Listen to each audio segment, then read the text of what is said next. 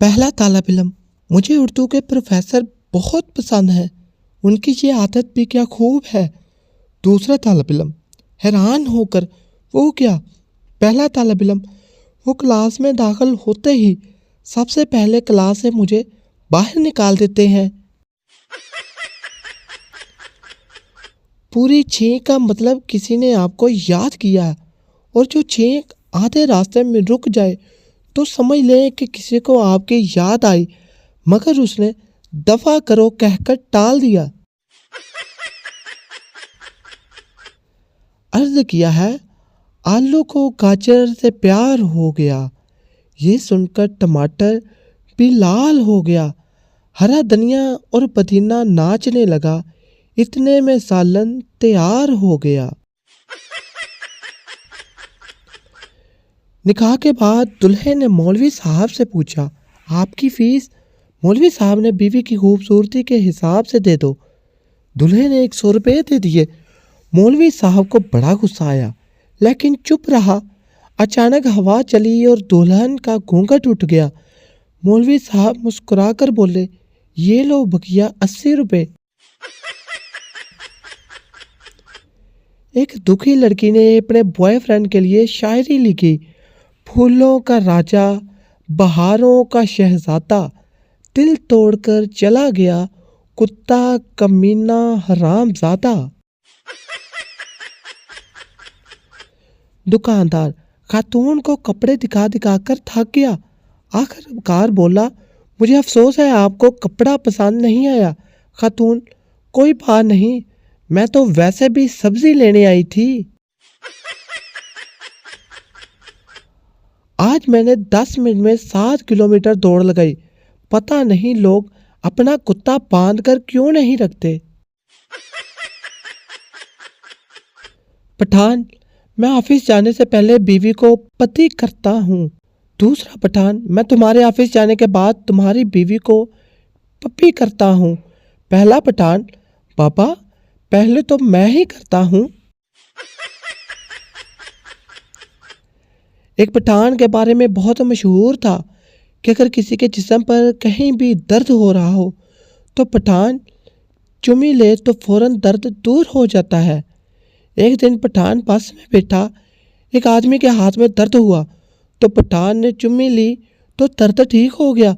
वो आदमी पठान के गले लग गया। अब अगली सीट पर एक औरत बैठी थी। वो ऊंची आवाज़ में बोली, पठान से बोली, पुत्र बाबा सीधा दम भी कर लेना है।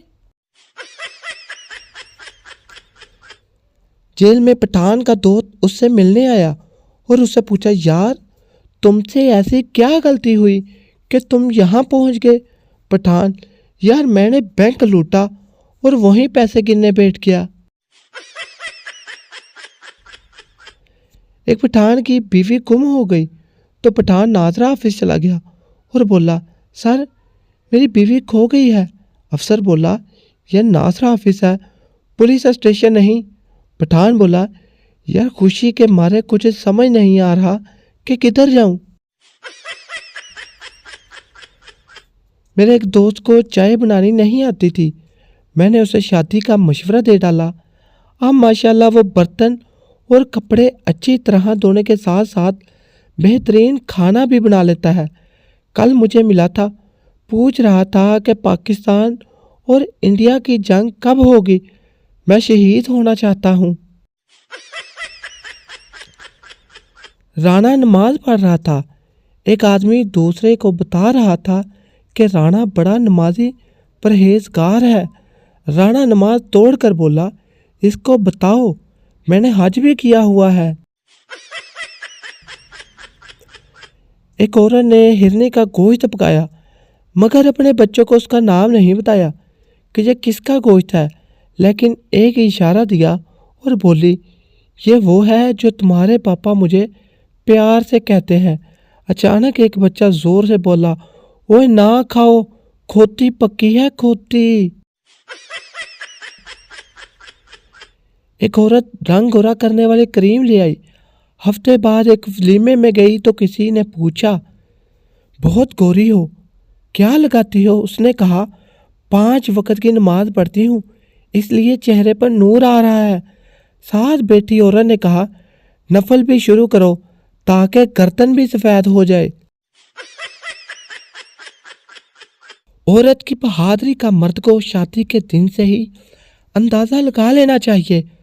مرد 500 بندے کی بارات کے ساتھ اس کو لینے جاتا ہے اور وہ شیرنی ادھر سے اکیلی چلی جاتی ہے۔